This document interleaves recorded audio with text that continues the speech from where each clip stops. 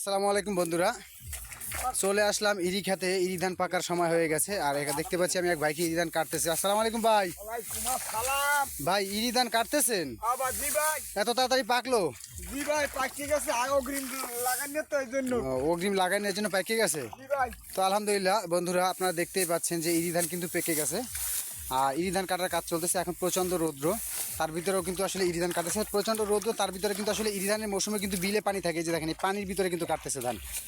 আর এত কষ্ট করে আসলে আমাদের দেশের কৃষকরা যে সোনালী ফসল, সোনালী ধান, সোনার মতো ধান, সেগুলো কিন্তু কাটতেছে, আপনারা দেখতেই পাচ্ছেন।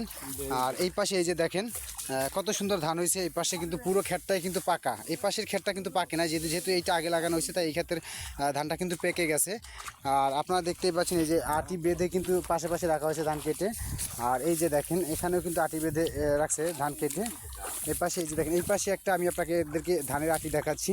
কত সুন্দর ধান হয়েছে, এই যে দেখেন কত সুন্দর ধান হয়েছে, প্রচুর ধান হয়েছে। দেখেন এই যে প্রচুর ধান, এগুলো শুধু ধান। আর আসলে সত্যি কথা বলতে আমাদের দেশের কৃষকরা কিন্তু আমাদের দেশের জন্য অনেক অনেক পরিশ্রম করে। আসলে এই ধান ধান রোপণ করার সময় আসলে খুব পরিশ্রম করে। এই পাশে এই ক্ষেতটা দেখেন একেবারে কাঁচা, কেবলমাত্র উঠতে শুরু করেছে।